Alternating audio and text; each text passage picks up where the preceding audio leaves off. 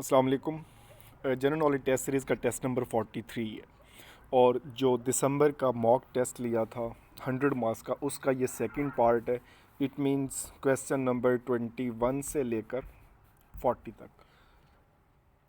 आज के टेस्ट में दो सेक्शन शामिल हैं, एक इस्लामिक स्टडीज़ का और सेकंड वन करंट अफेयर का। इसको स्टार्ट करते हैं। फर्स्ट इस्लामिक स्टडीज़ है। पहला question, the original name of Imam Bukhari is.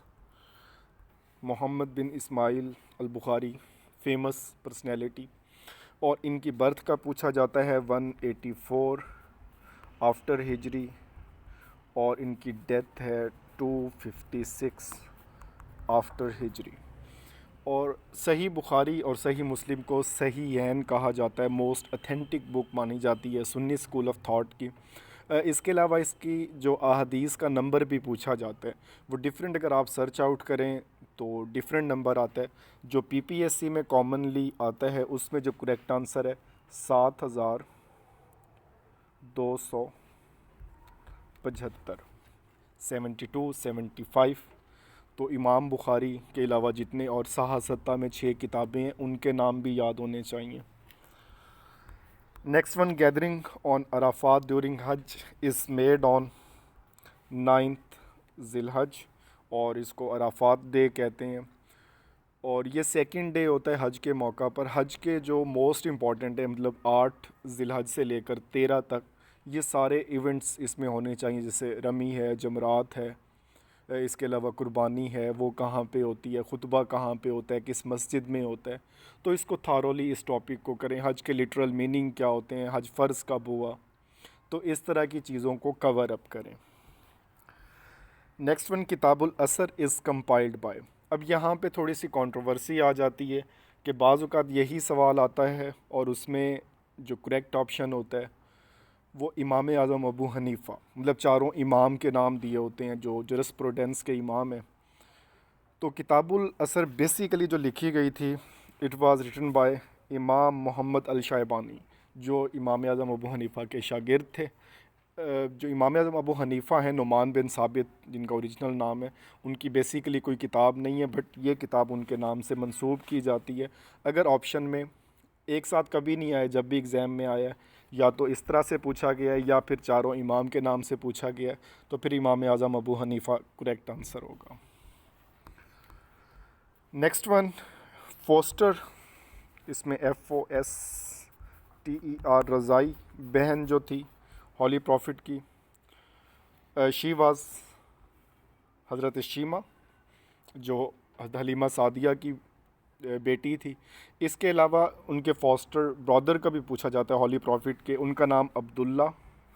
और जो फॉस्टर फादर थे हारिस, उनका पूछा जाता है। हज़रत हलीमा का कबीला पूछा जाता है बनी हवारजन, और कबीला बनु साद उससे वो ताल्लुक़ रखती थी, कितने साल रहे। तो ये डिफरेंट जो है इवेंट जो हैं आपके फॉस्टर एज के, उस हवाले से आपको याद होने चाहिए। नेक्स्ट वन, रमज़ान का कैलेंडर में नंबर 9th। तो इस्लामिक मंथ तो सारे याद होने चाहिए। कभी वो रिवर्सल में पूछते हैं, कभी मंथ दे के पूछ लेते, कभी वो नंबर दे के, मतलब 11th मंथ कौन सा है, या सेकंड लास्ट मंथ कौन सा है, 7 मंथ कौन सा है, या शबान का कौन सा नंबर है। नेक्स्ट वन, साहिबैन। तो इस तरह की 3 टर्म बेसिकली एग्ज़ाम में काफ़ी आती हैं। सबसे पहले तो इसी को देख लेते हैं, साहिबैन। ये जो टाइटल है ये इमाम यूसुफ़ और इमाम शाइबानी का है, जो इमाम आज़म अबू हनीफ़ा के शागिर्द थे। दूसरी टर्म जो इससे मिलती जुलती है वो है सही हैं। सही हैं मोस्ट अथेंटिक बुक्स जो हैं, बुखारी और मुस्लिम, इनको कहा जाता है। और थर्ड वन जो इसमें यूज़ होता है वर्ड, वो है मौज़तैन। ये 2 स्पेसिफ़िक सूरा इसका आंसर बनता है। और अगर स्पेसिफ़िकली सूरतें पूछी जाएँ तो सूरत नास और सूरत फलक, जो आखिरी 2 सूरतें हैं कुरान पाक की। नेक्स्ट वन, फर्स्ट मुजतहिद हज़रत उमर बिन अब्दुल अज़ीज़। सेकंड वन, इमाम सरहंदी, शेख अहमद सरहंदी, जिन्होंने अकबर के ख़िलाफ़ जिहाद किया और दीन को रिवाइव किया, उनके हवाले से ये पूछा जाता है। और मुजतहिद इसको कहते हैं तजदीद करने वाला। Next one, Sahifa Hammam bin Munabbih was founded by doctor Hamidullah. तो इन्हें ये मिला लाइब्रेरी में, और ये 19th सेंचुरी में मिला इनको, 20th सेंचुरी में। और ये अर्ली बुक्स में से तसव्वुर किया जाता है कि जो अर्ली हदीस पे किताबें लिखी गई उनके हवाले से था। नेक्स्ट है साहिबुस्सैर। साहिबुस्सैर कहते हैं हम जिनके पास मोहर हो, जो हॉली प्रॉफिट की मोहर थी जिसके ऊपर अल्लाह रसूल और मोहम्मद लिखा हुआ था सिल्वर की। तो वो किसके पास होती थी? इन द कस्टडी ऑफ हज़रत हुज़ैफ़ा, मतलब जो मोहर के मालिक हैं। इस हवाले से ये सवाल है। एंड द लास्ट वन, अदा बिन हातिम ताई, एक फेमस पर्सनैलिटी थी और इन्होंने इस्लाम कबूल किया 9 हिजरी में। जो एक हातिम ताई जिनकी मूवीज़ बनी हुई हैं या वो उस हवाले से हैं, वो और थे, बट ये भी उसी तरह से थे और इंसान दोस्त थे। तो इन्होंने 9 हिजरी में इस्लाम कबूल किया। नेक्स्ट पोर्शन जो है वो करंट अफेयर का स्टार्ट हो रहा है यहाँ से, और इसमें जो है पहला सवाल, on which country on 19th of July 2020 launch first mission to Mars. तो पहले अरब कंट्रीज़ हैं UAE, उन्होंने ये लॉन्च किया है। इससे पहले USA, USSR, रशिया, चाइना इस पे काम कर रहे हैं, बट अरब की तरफ से पहली बार हुआ है। Next current, chief justice of Peshawar high court acting है, जस्टिस कैसर राशिद ख़ान एक्टिंग है। और इससे पहले जो थे वकार अहमद सेठ, जिन्होंने मुशर्रफ वर्डिक्ट के ख़िलाफ़ दिया, बट उनकी जो है वो 12 नवंबर 2020 को डेथ हुई बिकॉज ऑफ कोविड-19। Next one, first Pakistani win brain of the year renowned author Arif Anis, और इनकी स्टोरीज़ भी अवेलेबल हैं यूट्यूब पे, आप देखें कि किस तरह से उनकी स्ट्रगल है।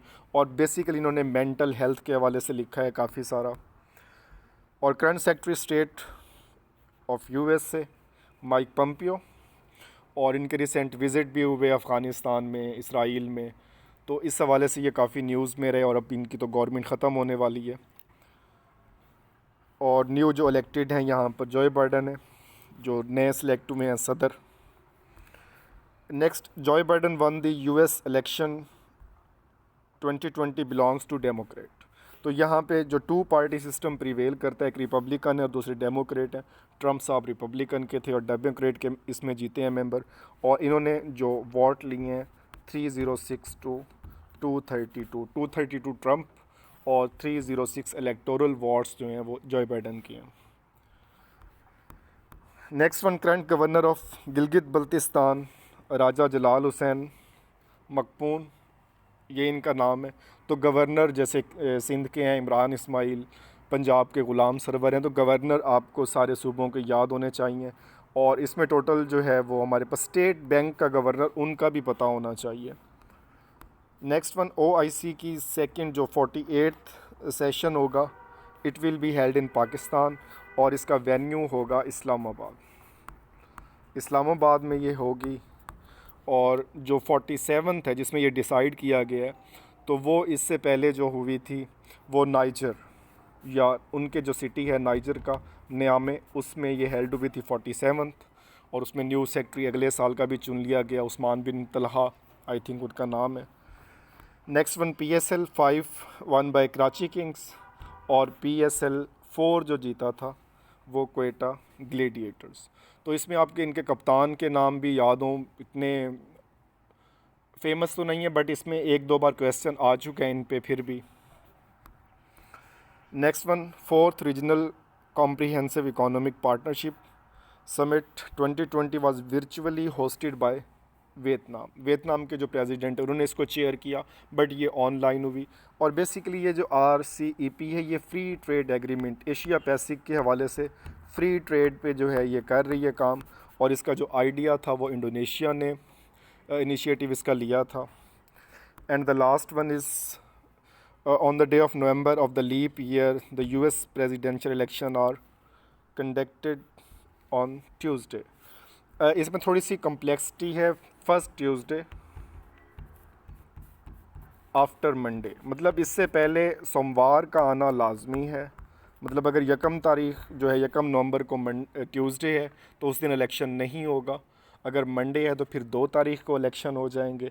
अदरवाइज़ मतलब मिनिमम 2 नवंबर से हो सकते हैं और उसके बाद 8 तक ये हो सकते हैं। तो होने ट्यूसडे को हैं और नवंबर के महीने में होंगे और लीप ईयर में होंगे। इसमें मज़ीद कोई इम्प्रूवमेंट्स हों, कोई क्वेश्चन हो, कोई करेक्शन हो, वो आप कर सकते हैं। Thank you, best of luck.